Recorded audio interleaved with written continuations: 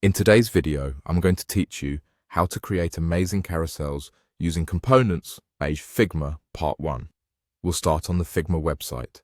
Open it in your browser and open your project on the canvas. From here, we're going to use Figma's action search to move quickly. Look toward the top bar and open Quick Actions. It's the universal search that lets you jump to commands without digging through menus. With the search field active, switch to the Plugins section. In the search field, type carousels. You should see a carousel-related plugin appear in the list. Click it to select it, then choose Run Now. This opens the plugin interface so you can access its features right on your canvas. Inside the plugin, the goal is to generate a carousel and connect it to components so it stays easy to maintain. Most carousel plugins let you choose a base layout, set the number of slides, and map elements like images, titles, subtitles, and buttons to component slots. Keep visual appeal in mind as you make choices.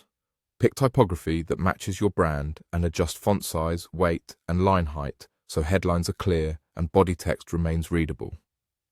Use color styles with strong contrast, especially for text over images.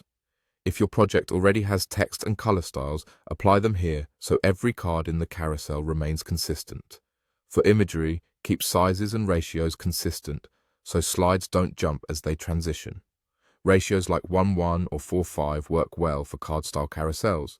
If the plugin offers spacing controls, set even padding and consistent gaps between elements. Balanced spacing makes the layout feel clean and deliberate.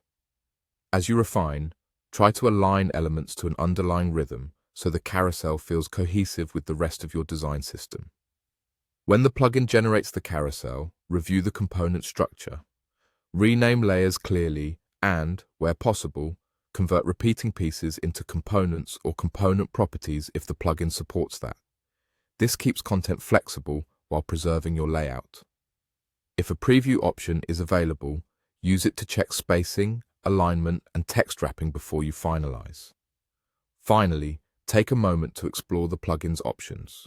Many include toggles for arrows, dots, autoplay, and responsive variations.